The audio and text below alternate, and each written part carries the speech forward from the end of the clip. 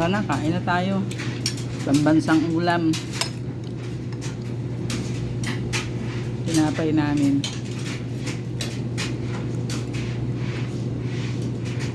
Pabili kami ng isang kahong Indomie. Umay na sa laham.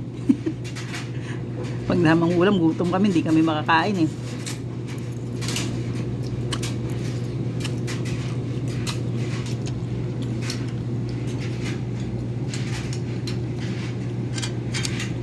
Indomie masarap.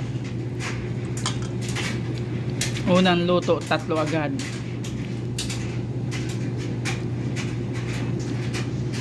Reklamo pa si Chris eh. Ang dami, kaunti lang na hindi ko maubos yung isa. No, rereklamo ka eh. Ang dami nating gutom eh. Tagal na natin nagkikrave ng Indomie nung ano pa, nakaraang linggo pa eh. So yun, mga tayo na po.